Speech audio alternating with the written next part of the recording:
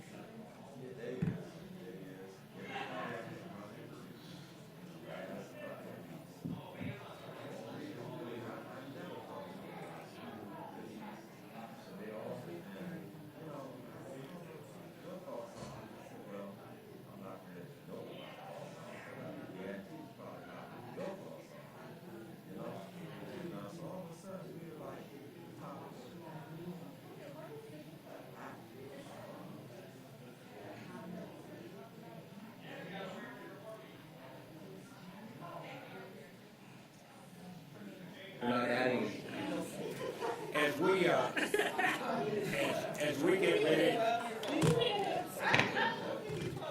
get ready to get started, before I call us to order, I wanted board members to know that over the next few weeks, as we start to reopen 208 and some of our facilities, you will also see the superintendent and several of us have met, and you will start to see this room change a little bit also, and go back to getting some public in here with us, socially distanced. We will move staff around some so that we can put some public in here, and so just be aware of that coming as we move forward. Y'all ready to start? Good afternoon. I could call this regular meeting of Savannah Chatham Board of Public Education to order on Wednesday, June 2nd, 2021. This is our regular board meeting. The meeting is also being streamed. If you're watching from your computer at home, your phone, we welcome you. We're glad that you're here with us. And we do have a full agenda today. As we proceed, I will ask Ms. Davis Brown if this meeting has been advertised in accordance with the state statutes. She assures me that it has. So we have done what we need to do to make certain that the public knows about the meeting. At this point, I would ask that you stand with me as we pledge allegiance to the flag. I pledge allegiance to the flag of the United States of America and to the republic for which it stands, one nation, under God, indivisible, with liberty and justice for all. Thank you.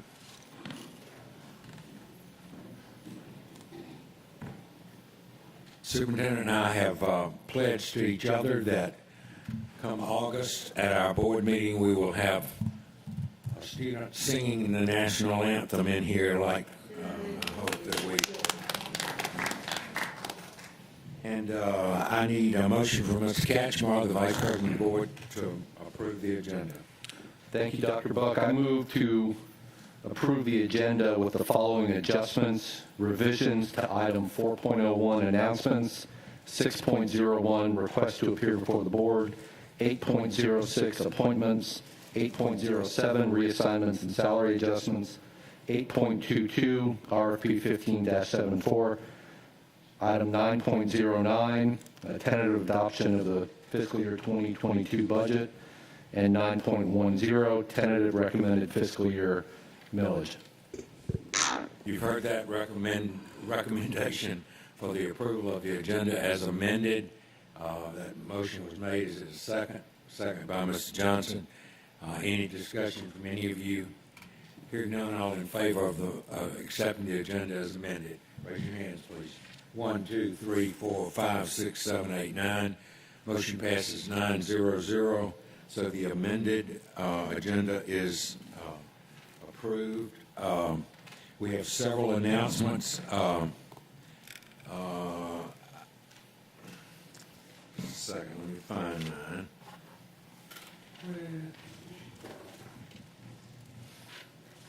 I have it and I lost it. There's a notice of public hearing on our budget, which is Wednesday, June 16th. That's 2 weeks from today at 6 p.m. here in this complex. At 6:30 at that same date and time, place is the special call board meeting to approve the final adoption of the budget and the millage rate. We also have an audit committee meeting on June 24th, 2021 at 8 o'clock here at Whitney. All June 23rd meetings are canceled. And I know of no other meetings. Board members, anything y'all want to announce? Okay, thank you.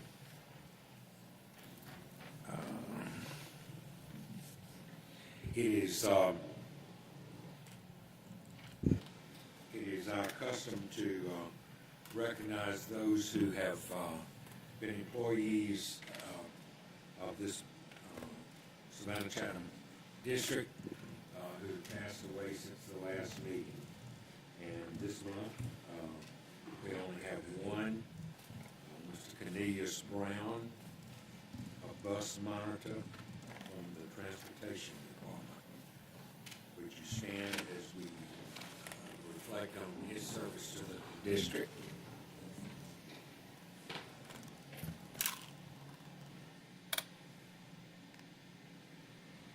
Thank you.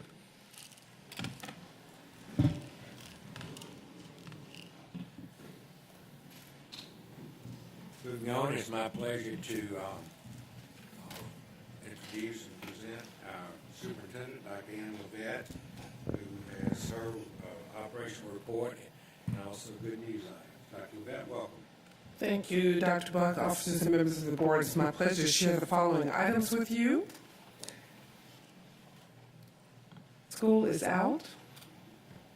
Regular school is out. Extended school will begin tomorrow with our Summer Embrace program, and we're excited about all of the young people who will have an opportunity to extend their school year with meaningful activities.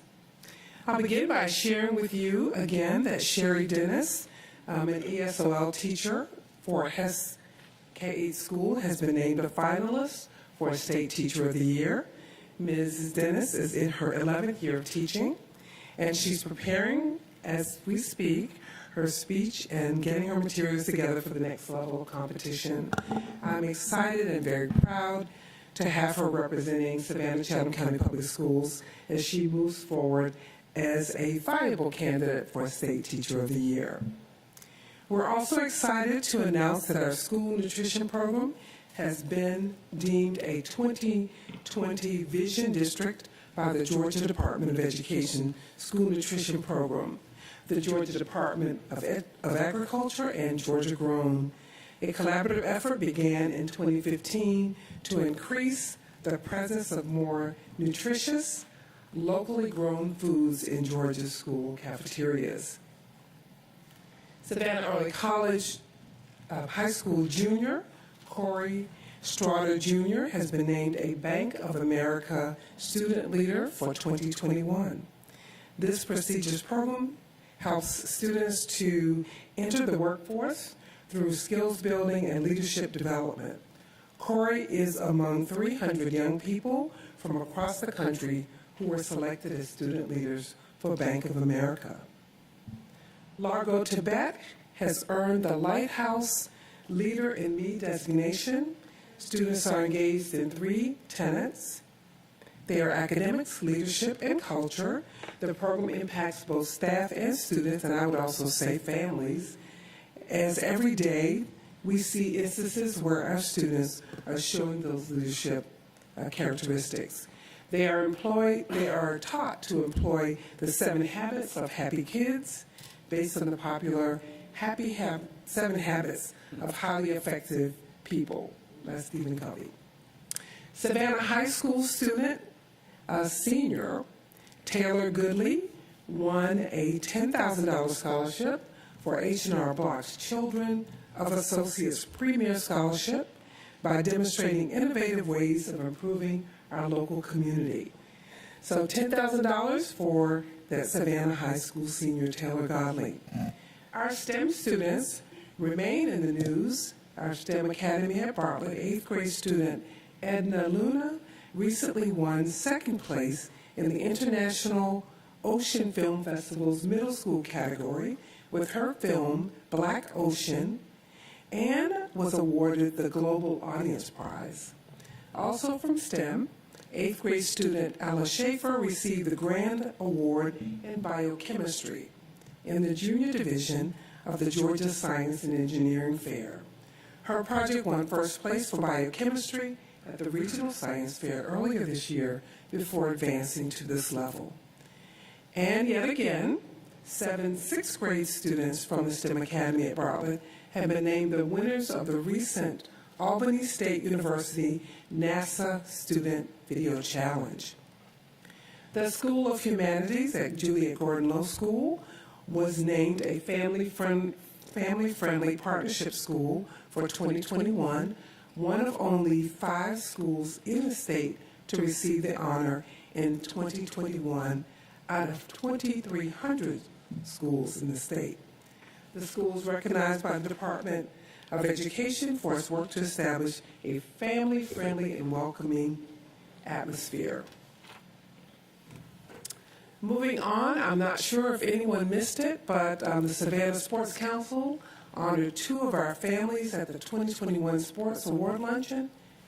Coach Tim Jordan, Savannah High School basketball coach and athletic director, received the John F. Hodges Award for Outstanding Achievement in Sports in Savannah, and Shaylin Frazier, valedictorian at Jenkins High School, was awarded a $1,200 scholarship for accomplishments in the classroom and on the court. And our Sealonauts are out of this world, literally. A patch designed as part of the annual Student Astronaut Challenge was imprinted on face masks and has orbited the Earth on the International Space Station. Thanks to Carol and Bob Nichols. The Nichols are the in-laws of astronaut commander Shane Kimbrough and are also Sealonaut supporters. It's nice to have really strong connections. Our youngest babies, kindergarten through 3rd grade, learned about fire safety thanks to a partnership with the Hartford Insurance Company. The Junior Fire Marshal Program from the Hartford is a life-saving fire prevention and safety program turning millions of kids into everyday heroes. The Junior Fire Marshal Training Academy deputized our SCC PSS students as junior fire marshals and presented them with certificates of completion and their badges and helmets. Last month, we spoke about school and district leaders making a difference in student safety through safe routes. You might recall that it was during that very meeting that we were advised that Chief Enoch was being recognized. We have recently learned of another award that recognized an entire school. The Safe Routes to School program has named Gould Elementary School the School Partner of the Year. The annual award highlights partner schools, organizations, and individuals that have done great things with bicycle and pedestrian safety, events, outreach, and engagement with students and their communities. Connect Savannah Best of Edition SCC PSS was recognized in several areas in the annual coveted Connect Savannah Best of Awards categories that recognize various communities and businesses as voted on by their readers. Today, we wish to recognize as Savannah's Best. Alfred McGuire was voted as Best Principal, and Gift Lockley was the runner-up.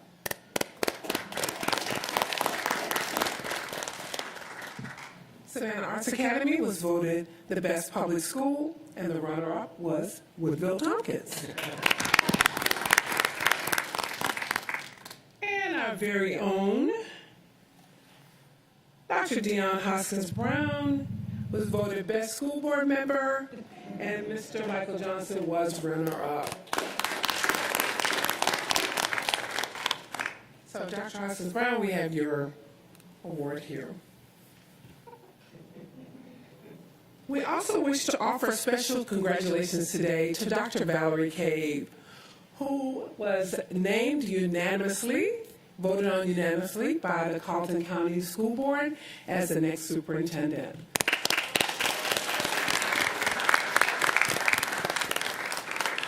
We are delighted for her in meeting this achievement, and we are looking forward to hearing great things about her work in Carleton County. We're ready to drive. At this time, I'm pleased to provide a brief operational update. Many of these points you may have heard already, but we think it's important to have these points on the record. And someone is moving quickly to make sure that we take care of that. While we're doing so, I just wish to point out how grateful we were that each of you were able to join us at one point or another for our graduation ceremonies. It was really exciting to have our students be able to walk across the stage. The last day of school was May 21st, 2021. Academics, and I want to say regular school, period. Our academics will continue with Summer Learning Embrace, which actually starts tomorrow. And you'll hear a little bit more about that as we move through this. And again, our graduation ceremonies and all of our bridging ceremonies were successful. We had lots of love and joy during that week, and it was just really helpful to see people in such a celebratory mood after quite a challenging year. Our technology return and inventory is a priority for us. We want to get those devices in so that we are ready. We'll talk about why that's important as we move forward here. You see our young people engaged. You see our young man in front of Henderson E. Formey School, probably celebrating that school is out, but he has a backpack of learning materials. We have provided for our young people grades pre-K through 2, have each gone home with books that they can read over the summer to support their reading practice. And our Rotary clubs in Savannah provided the books for our third graders. So we're very happy to see them get ready for the summer. And then, of course, the class of 2021, we have 1,964 graduates in that class. We are still calculating the scholarship dollars. You will see a listing in the Savannah Morning News June 9th of all of the universities and the branches of the military that our young people are engaging in at this point. My point to them when they're ready to graduate is that I'm ready for them to be enrolled in a post-secondary institution, enlisted in our armed services, employed full-time, or any combination thereof. And Dr. Howard Hall has suggested that we want them to also be ready to be entrepreneurs. So they are indeed ready. Special congratulations for our 2020 graduates who participated in our rainbow ceremony. We had about 125 young people who participated, who came back, and just very exciting to see them all there. They've had their 1 year of life outside of high school.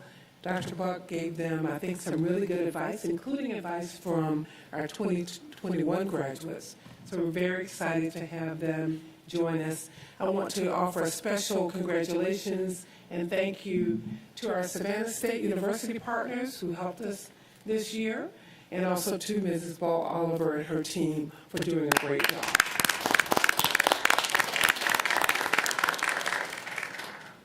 So, for the second part of the school year that starts tomorrow, we are extending our learning opportunities for Summer Embrace, which begins tomorrow. You'll see here the number of students that we have registered for Session 1, 7,070 students. We have 671 teachers and assistants employed. Remember that included in this number are also our students. We have about 100 students who have qualified to work with us this summer. So we have, for years depended on Summer 500, so the school board has Summer 100. These are our own students who have been deemed capable of working with young people this summer.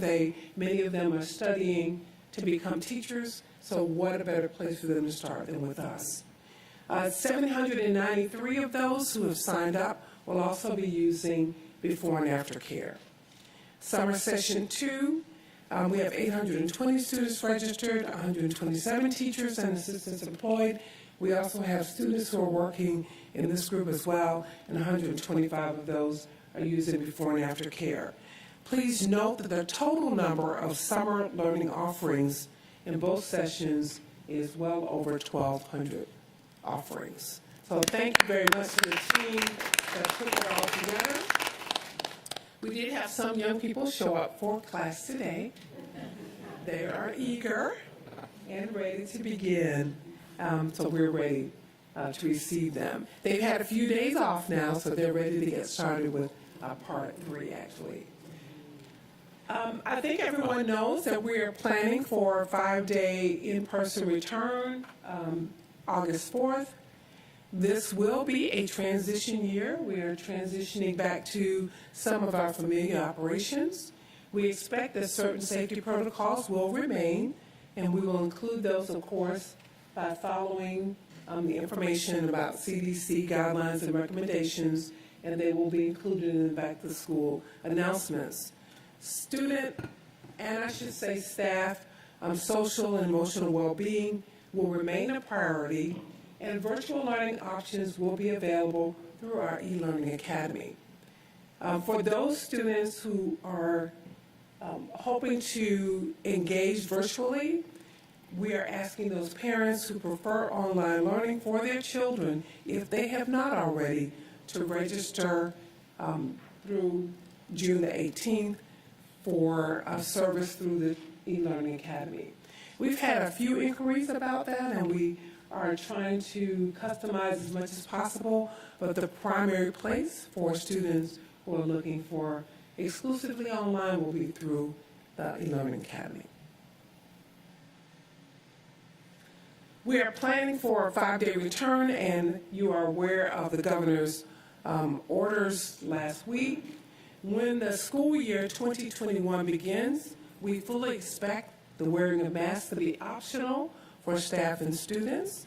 Certainly, we are also not allowed to ask people whether they're vaccinated or not. I think those of us who are sitting up here and most of the staff, clearly we all kind of know each other's status since we were celebrating when we went over to get our vaccination shots, but clearly the governor's order prohibits us from asking someone if they've been vaccinated. Some parents have registered concerns about that, but we've also said to them that it is our expectation that they will, in the fall, they have the right, staff and students, to wear masks. And we will see that as a regular part of their wear if they wish to do that.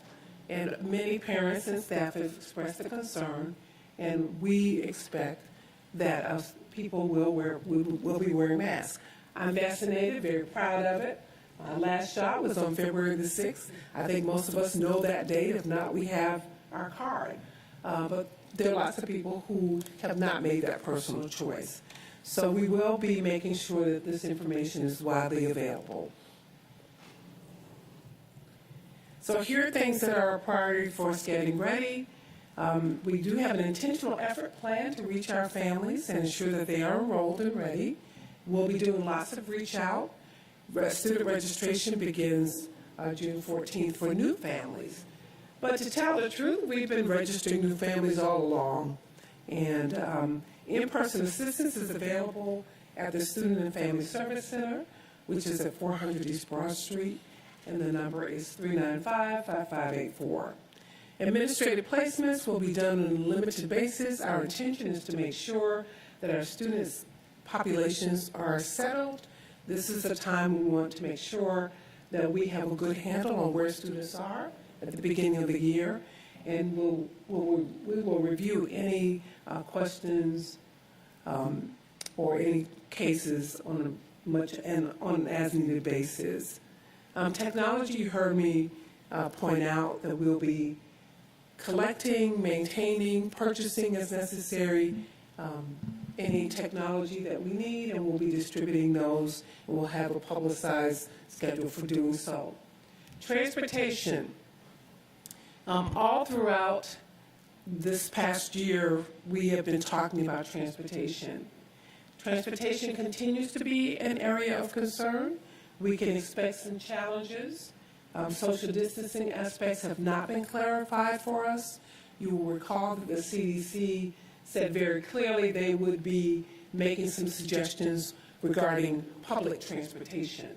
And I would suggest that that means for schools, but also for other means of public transportation. The staff is working on a plan for us. We don't want parents to be surprised that we will most likely, unless things change, we will most likely not be able to transport the 26,000 students that we have transported typically. So we want everyone to be aware of that, and we'll give you additional information. We're continuing to seek partnerships that will allow us to legally transport children, and we'll keep you up to date on where we are with that.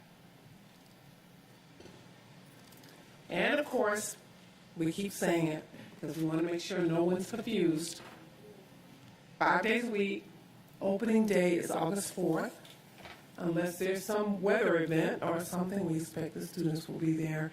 And we will function in a manner that is as close to pre-COVID operations as possible to just make sure. And there will be a yard sign campaign, so we'll have those out across the city so that there's no confusion. Lots of communication, lots of calls, just so that people know when we will actually start school. 5 days a week. Transmission rates, we thought we would never see green, but we are seeing green. Daily case rate is no longer reported, but you also see the community transmission index is even making some improvements there. So we're now at 79 as of May 31st. And of course is hurricane season. When I said earlier that we were going to make a concerted effort to get our devices out to our children, I want to say, you know, we want to get past the point of having to bring suggested dates to you for makeup. We want our young people to be able to continue their work when they are at home. If they have their devices, then they are more than likely going to be able to do that. So hopefully that's what we will get to be. We are poised for any possible disruptions. Last year we planned for the pandemic and prayed that we didn't get any bad weather. There were districts across the country that had that experience. We are continuing to work with the county and with our own staff to make sure that we are ready. For 2021, a likely range of 13 to 20 named storms could possibly be in our area. So we want to make sure that you're aware of that as well. We've already started preparing for the year. But our distance learning platform is in place, and most students will be familiar with that. We'll continue to make sure that parents are ready and know how to respond during this time period. And that is my report for today. Any questions of the superintendent before we move forward? Mr. Johnson? Thank you for your report, Dr. Levette. I do want to say I was very optimistic when I saw page 6 about where you put fully expects wearing a mask to be optional for staff and students. So I do appreciate you putting that in your update. Ms. Grabowski? Thank you also for your report. And I know this is not a surprise to anyone on your staff or any of our school principals or faculty, but with the return to 5 days a week in the fall, many of our students and families are very anxious to see their schools, many of those who haven't been into that school before. And I know open houses are typically planned at the school level, but it would be, would just encourage to the extent, and I know that there's so much on everyone's plate, but to the extent that we can share information about open houses, which I realize are still some time away, that families are very anxious to actually be able to go into those school buildings that they have not been able to see in person before, especially for students who will be new to those buildings. Well, thank you for giving me the opportunity to talk about that, since the principals have been establishing their open house dates. I'm not sure if they're published already. That is a key communicator for us when we get to our back-to-school phase, which will be very extensive in the month of July leading into that August 4th day. The associate superintendents have been talking with their schools, and they do have a plan for open house dates and trying to do it on a staggered schedule as well, especially to focus on those grade bands where you have transitions, like those entering ninth graders or those children going into middle schools where they're going to schools they may not have been before. So we want to give them more time where they have access to get into the hallways. So that's being formulated, and I believe a recommendation will be coming from the associate superintendents to the superintendent for final approval, and then we will be broadcasting that on all of our communication channels. Ms. Hines? I'd just like to say thank you, Dr. Levette, for your detailed report today, and it's been long coming, and you and your staff have worked very hard this past year to make sure that our children receive the kind of education that the best that they can under the circumstances in which we've experienced. So I look forward to the beginning of the year, and a lot of parents I know welcome us back. So we're looking forward to it. I want to get back into schools myself and be able to greet the teachers as well as the schools that have been built since that time. Thank you, Ms. Hines. As Dr. Howard Hall. Yes, I'd just like to say that our monthly operational updates is actually a snapshot of a very robust, comprehensive plan. We need the public to realize that this has been going on since last summer, planning on August 4th of this year. So I just commend the staff and everyone involved with our plan, because these operational updates give the public a very good snapshot of how hard we've been working towards August 4th. Thank you. Dr. Levette, I wanted to commend you and the staff on the success of the graduations. I thought they were beautifully done. We certainly had wonderful weather with 1 2-hour exception, and even that was perfect, because with Johnson High School being orange and blue, to have to move into Savannah State's arena, which is orange and blue, looked like we had planned it very carefully. So, but I thought graduation outside went very well. I thought it was well planned, and I commend you and your staff for that. Secondly, I just wanted to say one thing, and I will probably have more to say about it with masks. I certainly support choice of parents in wearing of masks or not wearing of masks. I would only say that part of the obligation, in my opinion, is that if you're not going to wear a mask and you're not going to require your children to wear a mask, that you have indeed been vaccinated and inoculated. Because to not have the vaccine after making that decision creates a potential situation in a school building that could become very problematic for us. I have 4 grandsons, not in this district because they don't live here. My 4 grandsons are under the age of 12. They're not able to get a vaccine yet. My 4 grandsons are still wearing a mask in school for that very reason. I know it is a personal decision, but I hope that you will not just consider your own likes and dislikes and what you think is being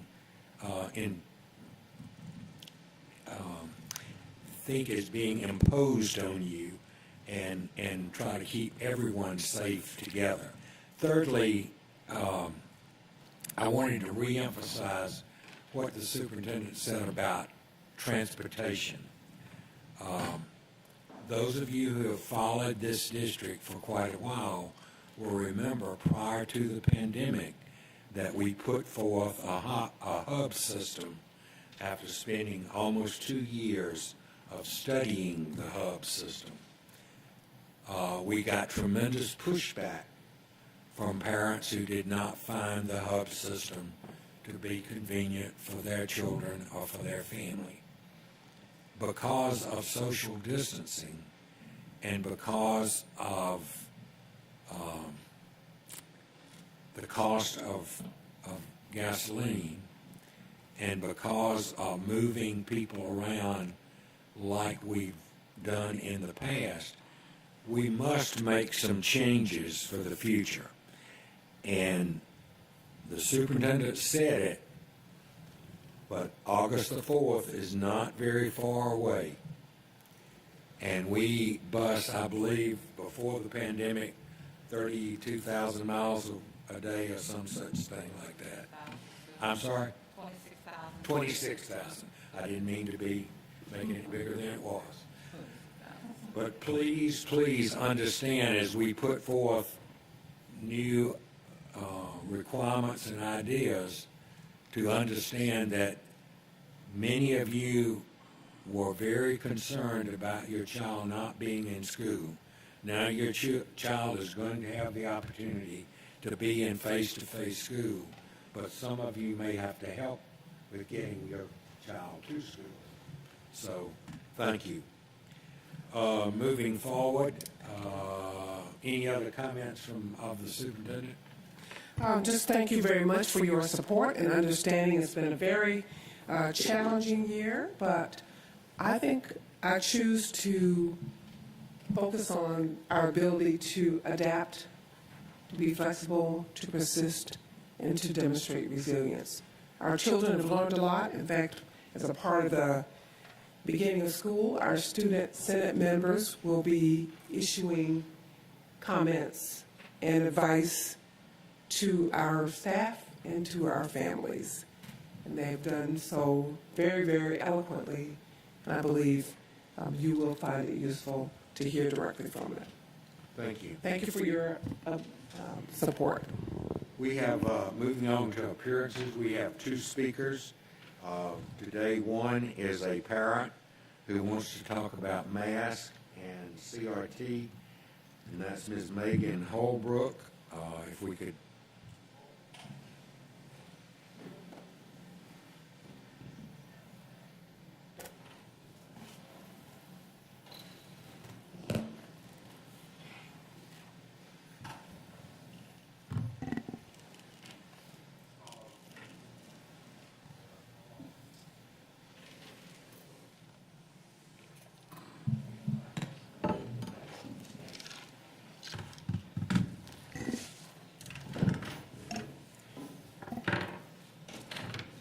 Ms. Holbrook, Yes.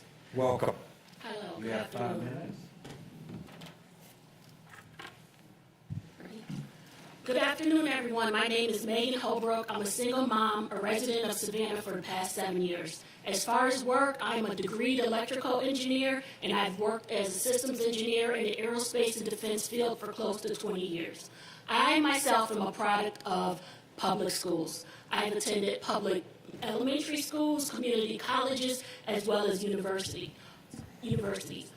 Although these schools were in the state of Connecticut, I've always believed in the public school system. So when I relocated to Savannah, I trusted the public institution to educate my daughter.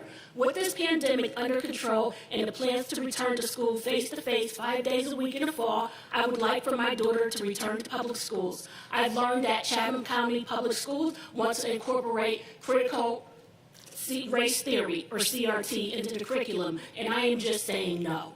From my research, I gathered that CRT is just another Marxist practice that attempts to judge a person by their skin color instead of the content of their character. Being a systems thinker, I look at things from a broader perspective, and I conclude that CRT is another attempt to cancel culture. It takes away an individual's free thought by forcing the young mind to believe that they are privileged because they are white, or they are being discriminated against because they are black.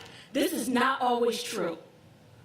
This fuels conflict, hate, envy, hardship, and distress. It's another way to break down humanity. No, this blatant form of racism should not be taught in schools. You cannot fight discrimination with more discrimination. We will not allow you to indoctrinate our kids. We can think for ourselves, and we do not need you to tell us how to think or how to raise our children.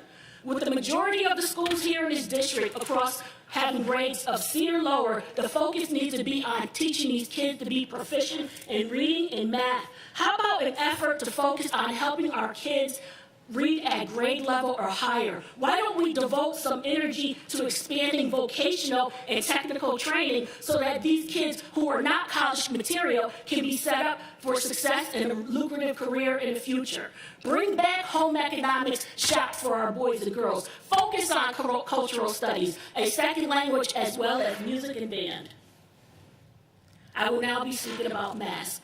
As far as math, as I mentioned, I'm an engineer, so I know a little bit about science, universal laws, and nature. Third grade science, we learned the respiration life cycle. We give plants CO2, and they give us oxygen. If this life cycle is broken for a long period of time, what happens?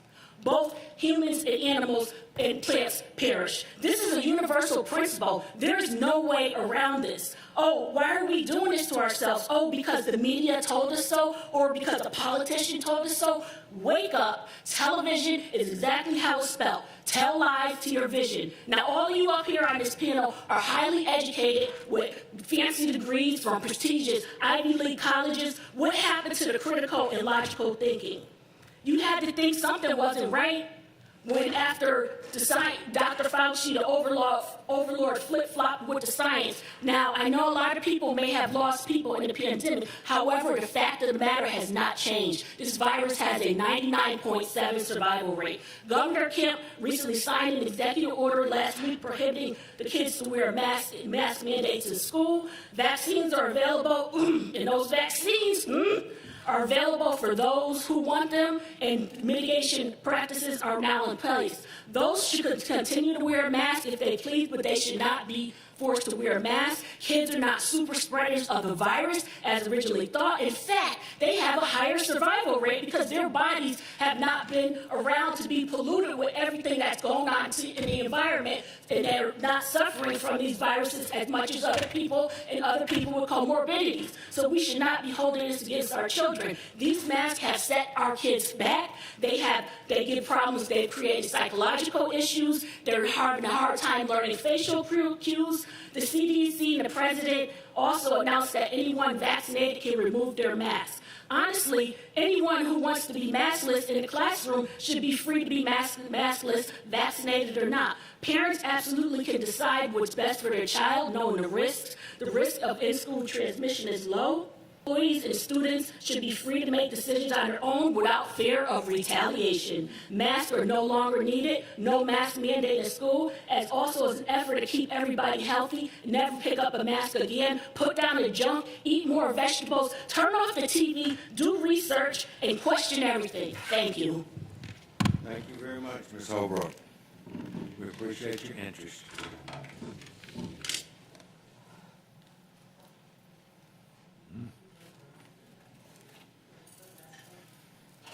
Next speaker is Ms. Seaver.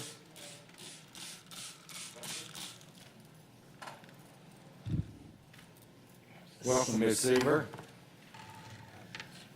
Hello. Before we start, I wanted to make sure that everybody was aware that I had prepared a PowerPoint presentation to display to everyone, but I've been told that that's not going to be allowed to be displayed, but every single one of you school board members have a copy in front of you, so I'll just have to go along with the speech that I prepared. I'm going to start now. I am Jeannie Seaver. I'm a mother, a grandmother, businesswoman, child advocate, and community activist. I have 3 issues to discuss on behalf of some teachers, staff, and tax-paying citizens of the Chatham County. 1, the MLK Day letter. I want to follow up about the district-wide email sent out by our superintendent on January 15. The email was supposed to be a tribute to Reverend Dr. Martin Luther King, but the superintendent turned the occasion of celebrating King's legacy into an inappropriate and partisan political statement. Instead of celebrating our similarities, she encouraged to resent and trust one another. Making political partisan statements is explicitly forgiven by state personal board rules. It is also no tribute to Dr. Martin Luther King. Her political smear was condemning the events at the National Capitol on January 6 without mentioning thousands of similar, more sustained riots committed by supporters of causes she supports. By singling out only January 6, she indicated all Trump voters as unpatriotic, violent, and dangerous. In fact, the superintendent made no attention at all to the thousands of Black Lives Matter riots that have stirred our nation for many months. They destroyed, looted, burned to the ground thousands of private businesses. She said nothing. 2,000 police officers were injured, seriously enough to be hospitalized. People have been pulled from their cars, beaten in streets. People have been murdered, but she said nothing.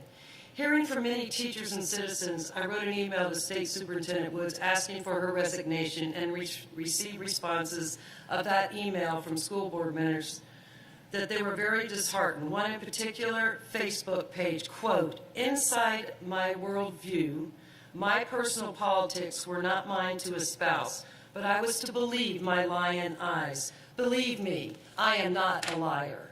Upon State Superintendent recommendation to take the complaint local, I attended a private meeting with school board members. I expressed teachers and citizens' concerns that the content of her MLK email was inappropriate. I was told that I was the only one that the board had heard from who took issue with the email. However, I was able to obtain a similar complaint that was sent to the superintendent by an unnamed source. That letter was read at the private meeting. All I got was crickets. Parents and teachers do not feel they can object to controversial subjects such as critical race theory. The MLK email is not the only example of superintendent using her position to push her political views. The superintendent also mixes political statements with SCCPSS information on her personal Twitter account. While she is free to hold political views, she of all people should be extremely careful to keep her personal and professional statements completely separate. She of all people should never force her politics on teachers, faculty, or students. It's the parents' job to form their children's worldview as they choose, not as she seems fit.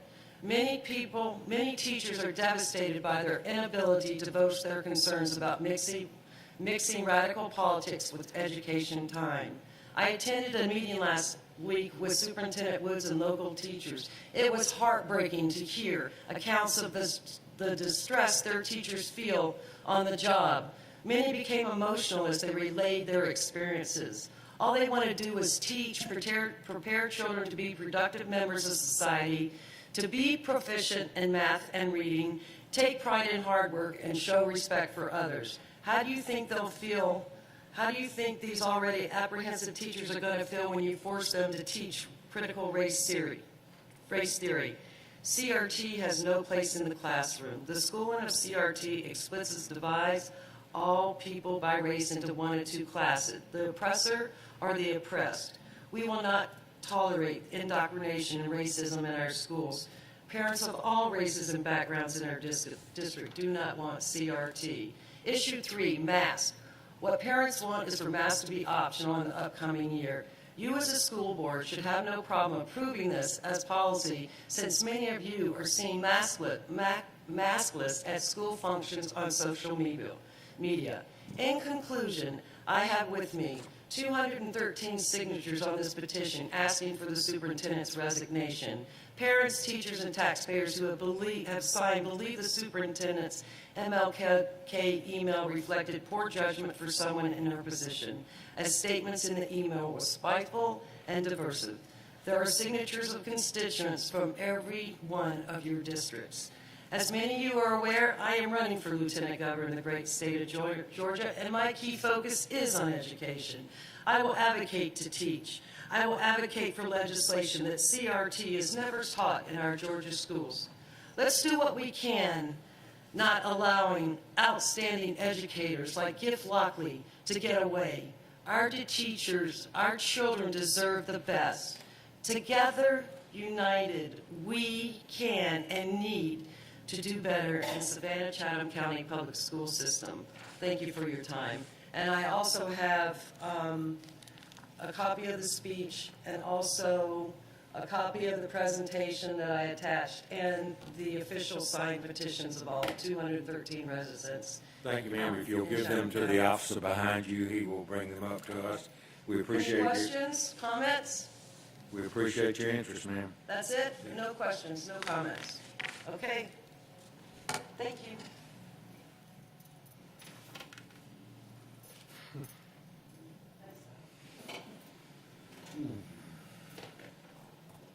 Don't be petty. Moving on to Board of Education matters. I'm glad I had my mask on.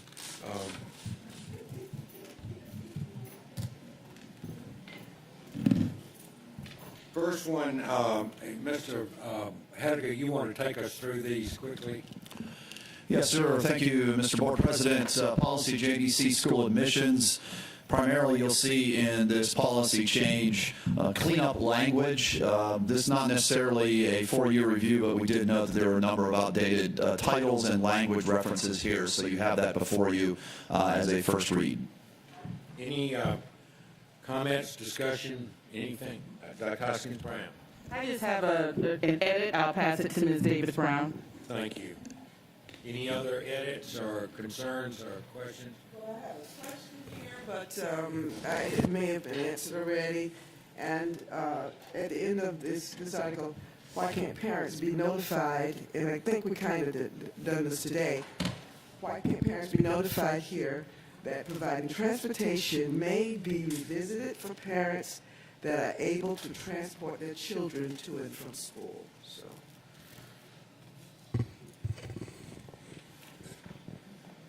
Okay. You didn't get it from policy JBC, school admissions, and evidently down in the writing it says something about transportation. And then I asked, why can't parents be notified here that providing transportation may be revisited for parents that are able to transport their children to school? That's something they can certainly look at and make a determination on since this is the first read. We'll take a look at it. The key language on there is the word may. And what we do is we also, during the choice program application period, we're very clear in the booklet that we put out and the web materials that we put out that transportation may or may not be provided depending on district resources. Moving on, I'm sorry. I just wanted to understand that the process is at the discretion of the superintendent, certainly respect that process. But I do think that there are some opportunities to revisit the process by which we do the choice lottery application, and appreciate the opportunity to discuss those with the superintendent at a later time. I would suggest then if you will put that in writing, your opportunities, things that you see as opportunities, and submit that to them, then next month when we get to second reading, we bring it back and we may or may not vote on it depending on how everybody agrees to it. Right. Any other comments on this one? Moving forward. Item 7.02, this is a regulation for the board's information. You recall that under our 4-year process review, policy AC was previously revised, updated, and approved by the board under that 4-year review. We did indicate we were looking at the regulation, and the regulation is now before you, primarily, again, with some cleanup language, and also to indicate what we would do should we have any alternative grade bands, which I do recall Dr. Howard Hall did mention that about grade bands such as 3 through 8.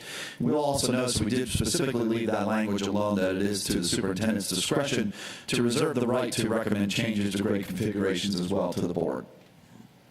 Any other, this is a regulation, this is not a first read, this, unless you have something outstanding, we don't vote on it, it becomes law. I mean, well, not law, but it becomes a regulation.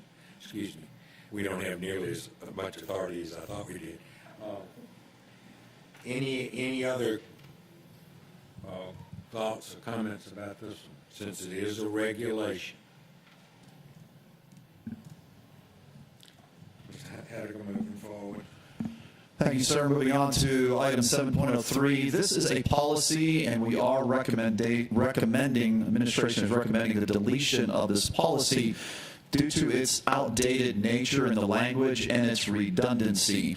We have gone through this under our 4-year review and did note that in previous policy action and updates, as in conference with the board attorneys, we do cover the management of audio and video taping for students and staff, specifically under policy JG and also JCDAF. Therefore, we believe that this is outdated and redundant and should be deleted. First reader. Any, Dr. Hoskins-Brown? I'm just noting that this was adopted in 1983. I'm glad that we're removing it. I wish that we had caught it when we did our policy review about 2 years ago, but I appreciate the leadership team catching it and bringing it to our attention. Thank you. Mr. Johnson? Thank you for this. I'm kind of going to echo a little bit what Dr. Hoskins-Brown said, but as I've always said, you know, I'm all in favor of getting rid of policies and want to make them smaller. Even though this one was a short policy, don't have to remove pages from the book. Any other? This was first reading. We will vote next month. Moving on. Item 7.04, this is the 4-year review of workers' compensation. You'll note that this is the regulation for the board's information on changes that were made. The policy side, which was under the 4-year review, had no changes. So it goes to consent for the board to attest that the administration did review this policy in accordance with our policy review requirements. So we're bringing forward to you just the regulation side that does have the updates. We do have some specific language components that were recommended by legal to very clearly state on-the-job and work-related accidents. We also did note that there was some language material here in the regulation that spoke to students' optional accident insurance, which really does not fall in this code section area, and it also is a benefit that we provide to the district, and we didn't see a need for it to warrant it to be in the regulation, so that was taken out. Comments, questions? Mr. Johnson? I do like the clarification of more specific of what the workers' compensation will cover, with being on-the-job work-related accident. I think that's a nicely needed clarification in the regulation. Any other comments from board members? Remember, this is a regulation. Hearing none, moving on to administrative regulation. Thank you, sir. Item 7.07, again, this is a 4-year review. The subsequent policy side that was tied to this one did not have any changes. It remains in consent for the board to attest that we did review it. There were updates on this particular regulation side that also included some specific areas in it that would update the language to particularly align with the way we reference conduct in the Code of Conduct manual. So you'll see that that area was where the primary updates were. We'll also note that under the components on the graduation area, which is Part D, grades 9 through 12 for standard grades for school subject computation of high school grades, was pointed out by Ms. Grabowski. Appreciate your reference to this, and there were some outdated language in there referencing 2014 or 2011. The reason that's in there is because that's exactly how it's written under State Board of Education rule when we switched over to the cohort method. So it's been there for quite a while. While it does still remain in the SBOE rule, frankly, it's outdated, and we talked with team leaders, and we believe that that's a good catch. We could certainly outdate that or delete that because it's outdated. Thank you. Any other comments from board members? Moving on. Item 7.06, Administrative Regulation GBI. Again, 4-year review. This one also timed very well with the recent legislative updates that required us to create new policy to provide an appeals process for teachers who don't agree with their evaluations. Now, of course, we created a new policy at a previous board meeting for that. We recognize that there was a need to also mention that code section under this associated policy, GBI. GBI also was up for a 4-year review. Policy side did not need any updates. It remains in consent for the board to attest that we did review it. On the regulation side, we did add that component about teachers having the ability to ask for an appeal should they choose, as stipulated by the new state code language. And we also provided some cleanup to better capture the process for which the board works through the superintendent's evaluation regulation. Comments from board members? Hearing none, moving on to first read on naming of facilities. That brings us out of regulations and policies and into a more action-oriented one. Good afternoon. Afternoon, Ms. Ball Oliver. Policy FDC, naming facilities regulation, states that before adopting a name for gyms, wings, media centers, auditoriums, or labs, the name should be presented to the board at one meeting and voted on by the board at the next meeting. A team was approved by the superintendent to provide a recommendation for the naming of the new auditorium being constructed on the campus of Alfred Eli Beach High School. The committee met with board member Irene Hines serving in an ex officio capacity and unanimously recommends that Richard R. Moll Sr. be the name for the auditorium. We will present this name for the board's final action on July 14, 2021. No action will be taken today. This is put forth under our recommendation, but if you have comments, we can hear them. Dr. Hoskins-Brown. Thank you. I appreciate the diverse committee, the diverse team that considered this. I thought that was a really good job was done in constituting that group. I was wondering, was the committee aware that the old auditorium was named Richard R. Moll Auditorium? Yes, most of them were. Okay. Thank you, and I support the recommendation, by the way. Dr. as a Beach alum, do you have anything you'd like to? Just want to hear from you. He was your principal, right? Yes, he was. I have stories. Any other comments about this? We will be voting at next month's meeting on July 14th. Moving on to the consent agenda, Mr.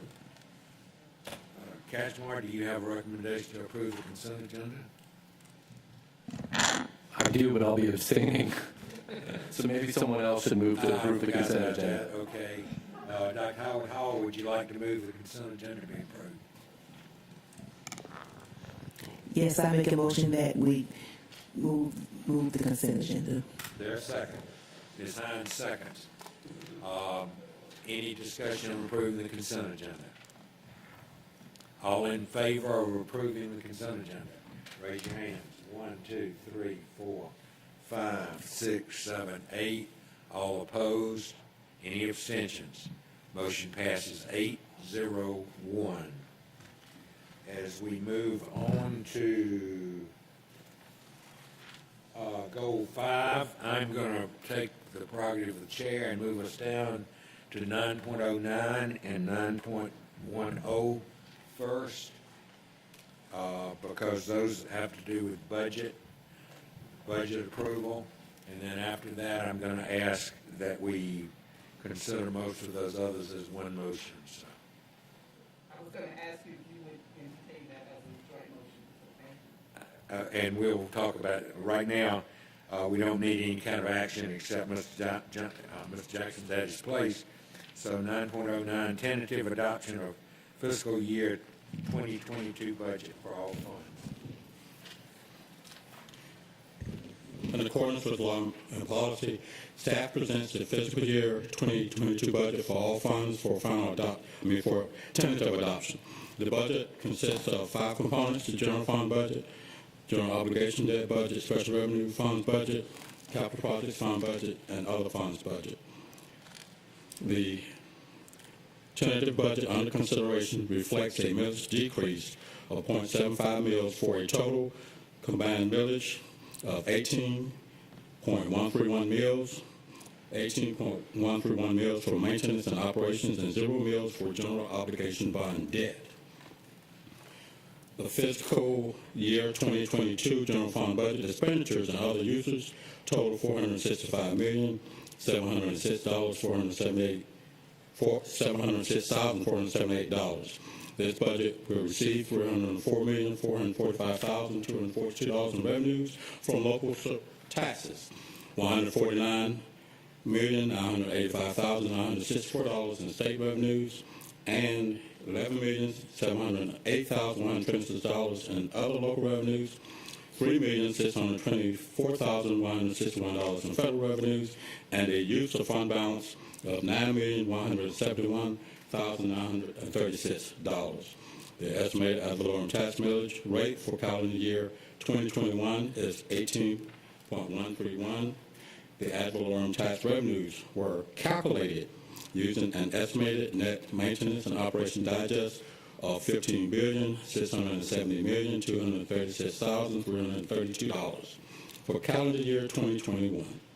The general obligation debt budget, the fiscal year 2022 general obligation debt, GO bond debt budget expenditures total $0. Within the estimated ad valorem tax millage rate for calendar year 2021 is 0. The ad valorem tax revenues were calculated using an estimated net bond digest of $16,234,444,251 for calendar year 2021. Special revenue funds budgets. The fiscal year 2022 special revenue funds budgeted and expenditures and other uses total $131,217,938. The following budgets are included as part of the special revenue funds. Just in the just chart say below. as shown. As shown, other funds budget, the fiscal year 22 other funds budgeted expenditures are $3,873,409. The following budgets in the chart following are included. Capital Projects Fund, the fiscal year 2022 Capital Projects Fund budget expenditures are $52 million. This budget is based upon estimated costs to be incurred between July 1st, 2021 and June 30th, 2022 for approved project. Thus, be it resolved upon the recommendation of the superintendent that the board tentatively adopt the following budgets. Fiscal year 2022 general fund budget of $465,706,478. 0 general bond debt. Special revenue funds for $131,217,938. Other fund budgets of $3,873,409, and capital projects for $52 million.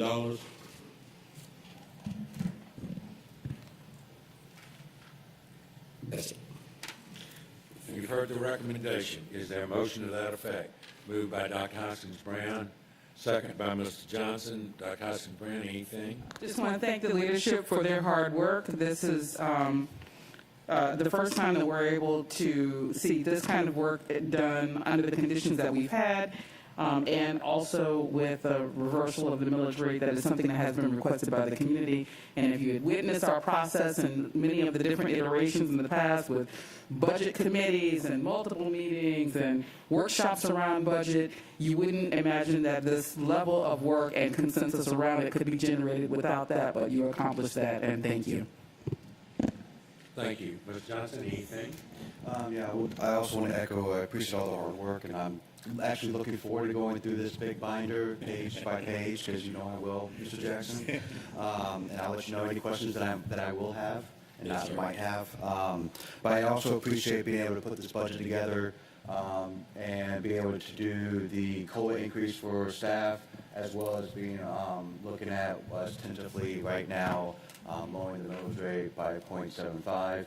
I know it's not as much as some of us would have liked to see. However, it is a step in the right direction. So I do appreciate the hard work that you and your staff has put into this. Thank you, Ms. Johnson. Any comments from other board members? Hear none. All in favor of this motion, raise your hands, please. 1, 2, 3, 4, 5, 6, 7, 8, 9.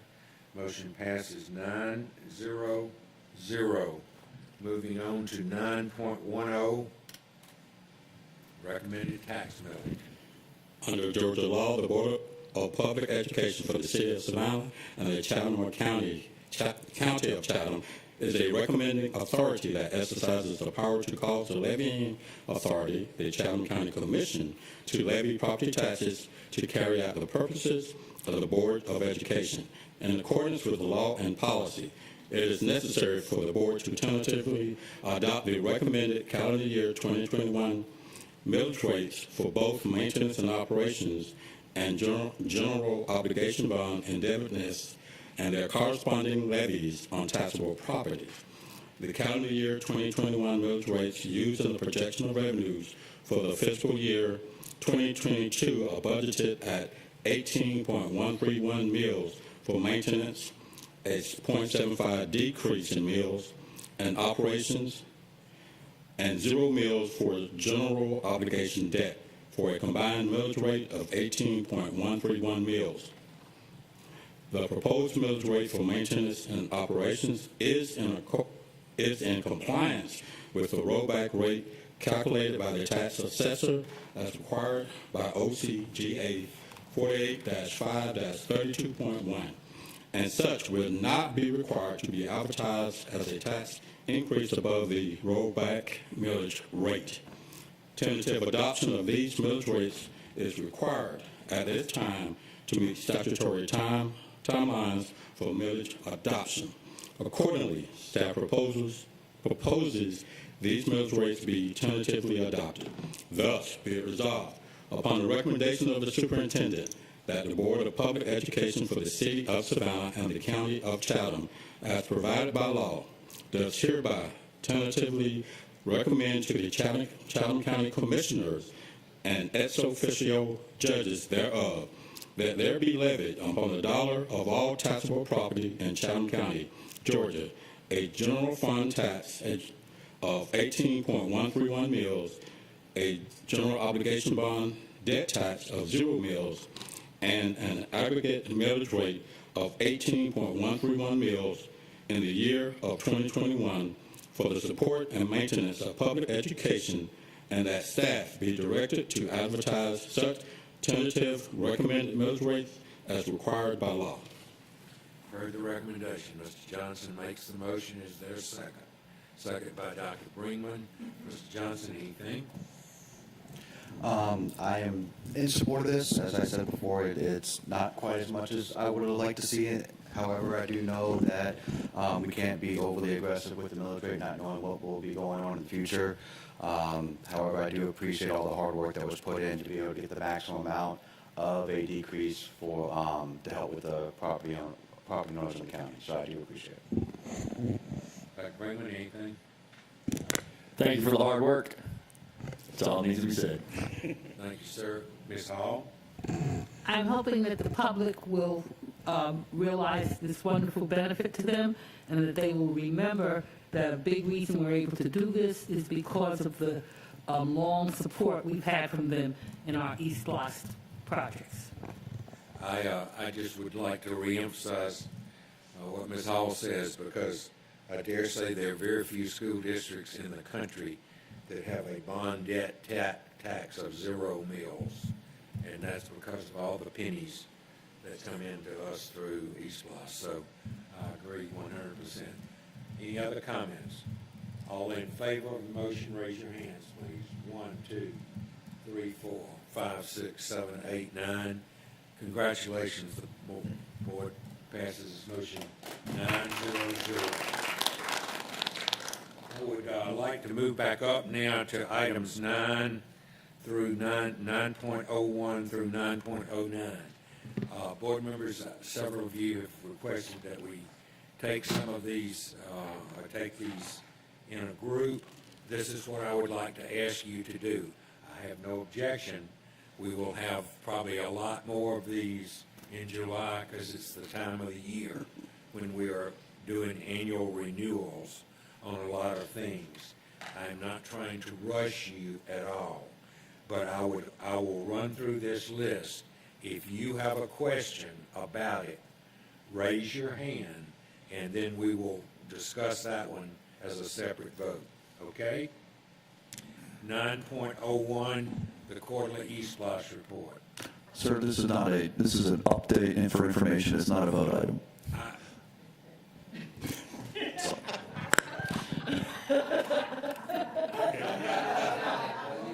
To the chair's purview of how you would like to manage that item. I thought I was going to be able to smooth that right on through. Nobody raised their hands. Mr. Cashman. Good.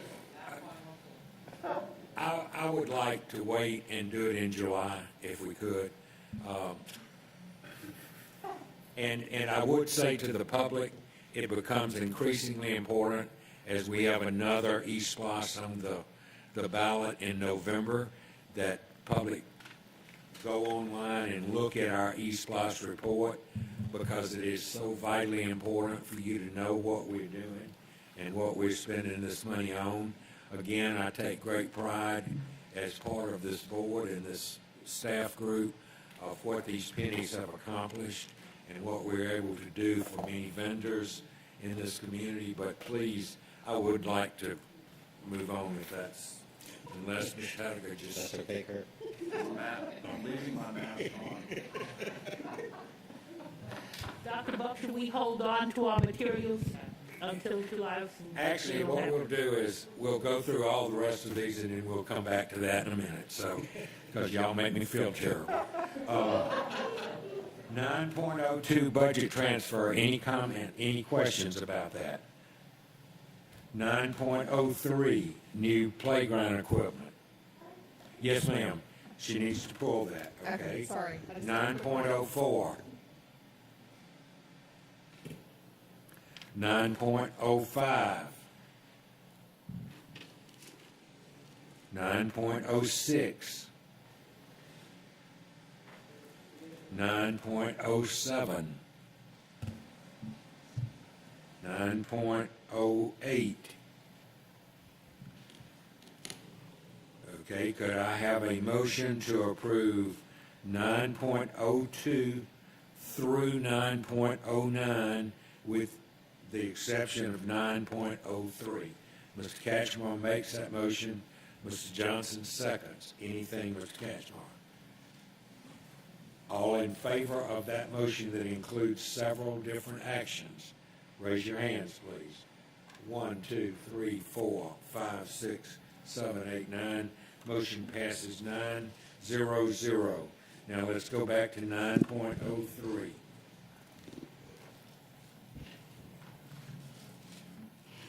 On June 3rd, 2020, the board approved the bid award of bid C20-21 playground equipment annual contract to Playworks Playsets LLC out of Canton, Georgia, for a one-year period with the option to renew for an additional 2 one-year periods.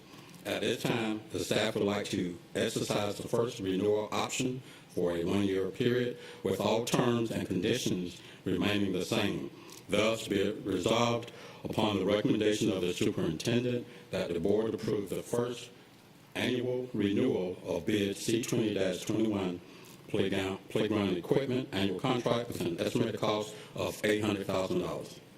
You've heard the recommendation. Is there a motion to that effect? Moved by Ms. Grabowski. Is there a second by Mr. Johnson? Ms. Grabowski? Thank you. My question was two parts. One is, as this contract is used for the individual schools, do those schools have the opportunity to provide input into upgrades or changing out of their playgrounds on their campus? Or is it a standard? The actual award of the equipment, this addresses the award of the equipment. Right. The facility staff normally works with the administrators to determine what is needed at that particular site. At that To particular answer site. your question, yes. Okay. And then the second part was, I know that there's, I believe strongly in the value of the physical activity that's offered by recess. And so I know that there's been a lot of changes in the way that some playground equipment is designed in providing more free-form play. Do you know if this vendor offers some of those more free-form types of playground equipment, or is it a more standard kind of swing set slide? That is a good question. I would have to research and get that information to you. Okay. I apologize for not having that in advance. No problem. Yeah. We'll get that to you. They do. Okay. Your colleague is indicating that they. Oh, yes. I forgot I had professionals behind me. I'm sorry. I'll get you some pretty pictures to see what they're doing. Okay. Yeah. Great. Thank you very much. Thank you. Is that what you need, Mr. Brown? Mr. Johnson, anything? Any other board member? All in favor of the motion, raise your hands. 1, 2, 3, 4, 5, 6, 7, 8, 9. Motion passes 9-0-0. And now I am just thrilled to present Ms. Vanessa Miller-Kegler, who's going to give us an exciting East-West. No. Welcome, Ms. Miller. Thank you. You received a copy of the report in your packet. If you have any specific questions related to any of the projects or slides, we'll be more than happy to answer those questions. I would have a question about New Hampstead K-8. Okay. Can you briefly? Let's go to.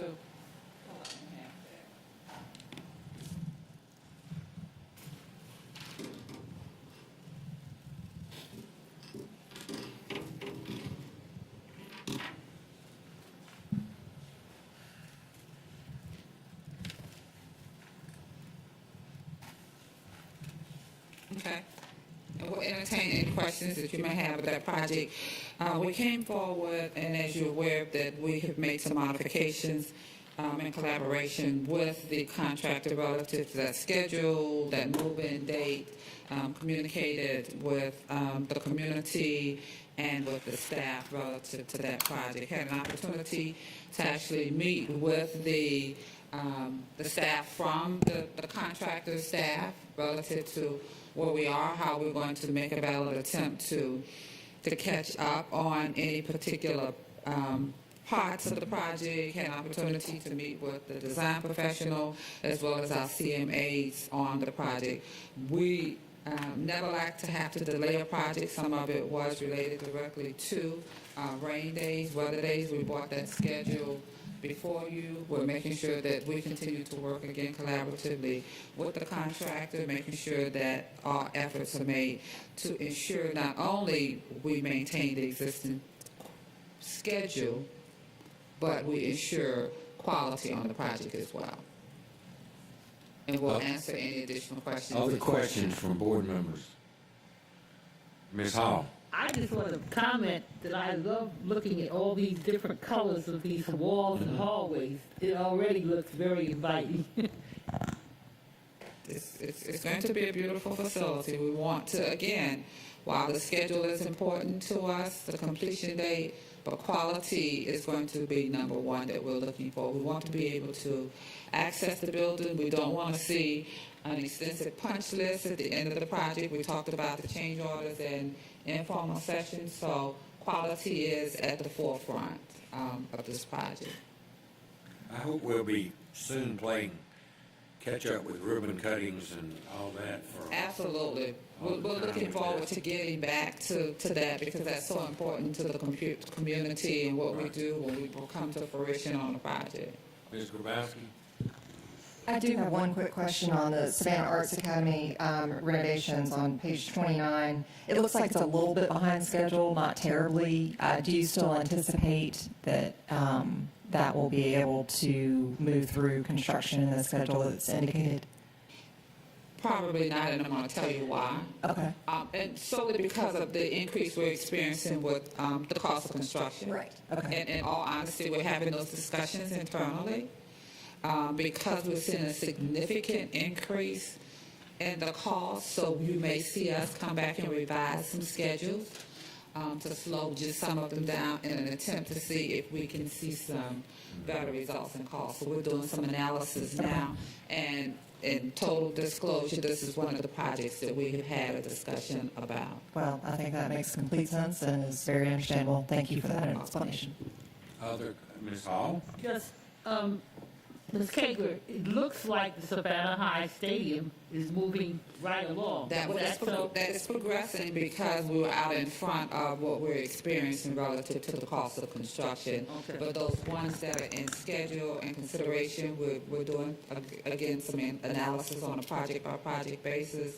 And a part of our bi-weekly meetings with the superintendent, we're looking at those costs, we're having those discussions, and we're just going to do what we think is going to be in the best interest of the district. Ms. Grabowski? On the Savannah High one, do you have any updates regarding the relocation expenses of that guy wire that was part of our agenda last month? We do. We did have a discussion with the representatives from Georgia Power. We passed that information on relative to what their requirements are as to how and what they can release to us. We're still continuing to vet that cost. We're hoping to see some negotiated discounts, but we are doing our due diligence, and we will continue. Ms. Dr. Howard Hall? Seems like everything is on schedule with Woodville Tompkins. I saw that the move-in date is this fall. That is the plan.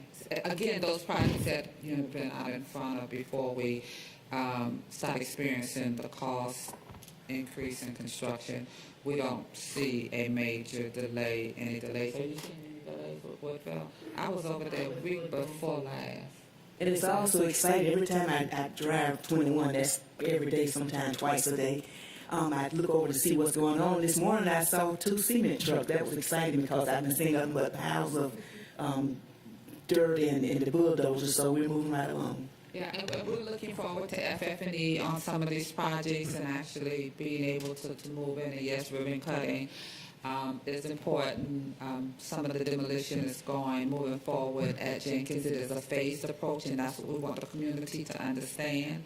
There will be a brick distribution, but because it's phased, we don't want you to run as soon as you see the first building go down and say, oh, I need my bricks. We'll coordinate it just as we did with the Groves High School. We'll announce it and then make it available. Safety is first. Ms. Hines?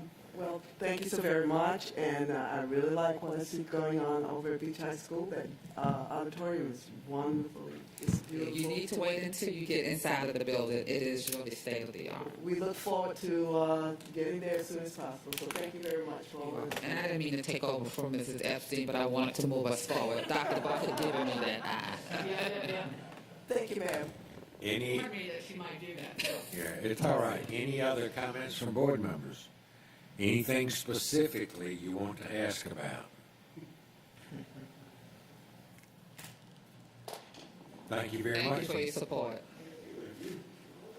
I have no other business on the agenda. Dr. Howard Hall moves and Ms. Hall seconds that we be adjourned. All in favor say aye. Aye. Thank you very much for your attendance. Get 2 days.